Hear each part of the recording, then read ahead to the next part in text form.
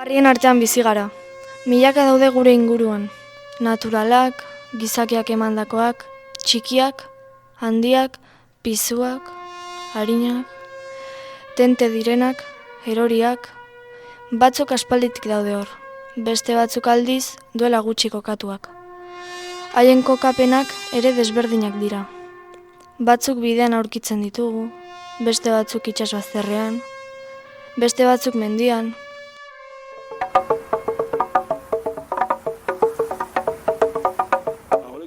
Arrespilak brontze garaiko ehosketa monumentuak dira.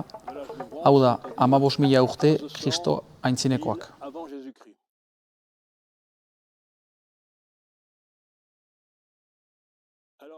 Hiru mota ezberdineko errausketa monumentuak daude. Lehenik, arrespilak, hau da, harriak borobilean ezarriak. Barnean, estrukturatuak dira. Barne arkitektura bat dute lurrazpian eta erdian beti ganbara bat aurkitzen da. Ondotik tumulua, hau da, lurrez egindako muino bat. Muino horrek erdiko gela estaltzen du.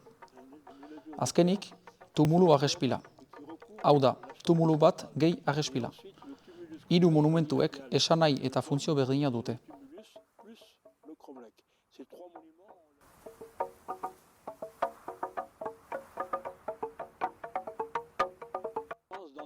Euskal Herrian, kristautasuna berandu heldu denez, luzaz erabiliak izan dira errausketa erritualak.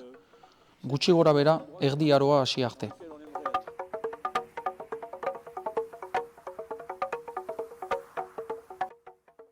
Ongi kokatuak diren tokietan aurkitzen dira, lepoetan eta tontorretan. Leku polit batean dira beti, bertan egoteko gogoa ematen duen toki batean. Gure ibilbide horretan, harri ezberdinak gurutzatuko ditugu eta halako batean, bide bazterrean, aurkitutako harri batek Euskal Herrian erromatarrak egon zirela oroitarazi gaitu. Gure arbasoek harriak beraien aideetaz oroitzeko erabiltzen zituzten. Guretzat, gure arbasoen garaiaz oroitarazteko harriak bilakatu dira.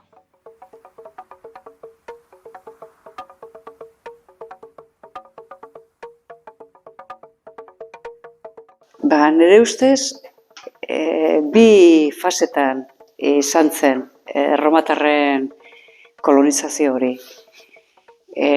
Justo Kristaurretik lehendabiziko mendearen hasieran, hor Erroman guda zibil bat egon zen, eta gerra horren eszenatokia Peninsula Iberiarra izan zen.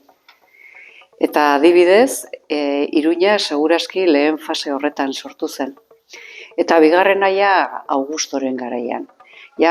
Augustoren garaian bukatu zen Peninsula Iberiarraren konkista, ze oso luze izan zen, Kristaurretik 3. mendean hasi zen Kartagena inguruan eta pixkanaka joan ziren bere ganatzen, eta azkeneko urratsak eman zituen Augusto berak eta izan ziren Kantauriko gudak.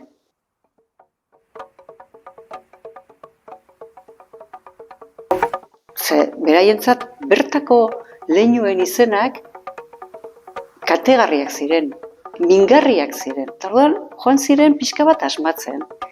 Adibidez, akitanoak, adibidez, tarbeloak, seguro entzunda duzuela, tarbeli edo tarbeloak zeintzuk izan ziren, eta horien akitanoen artean zeuden, erromatarrek baskoi hitza aukeratu zuten, eta beraien eremua ere mugatu zuten. Gero, baskoien ondoan, esaten dute, barduloak zirela, gero autrigoiak, gero ere aipatzen dute karistioak. Historia aurretik aintzinarora, harriz harri. Oiasotik Irunera, herriz herri. Euskal Herria, oroitarria, Euskal Herria.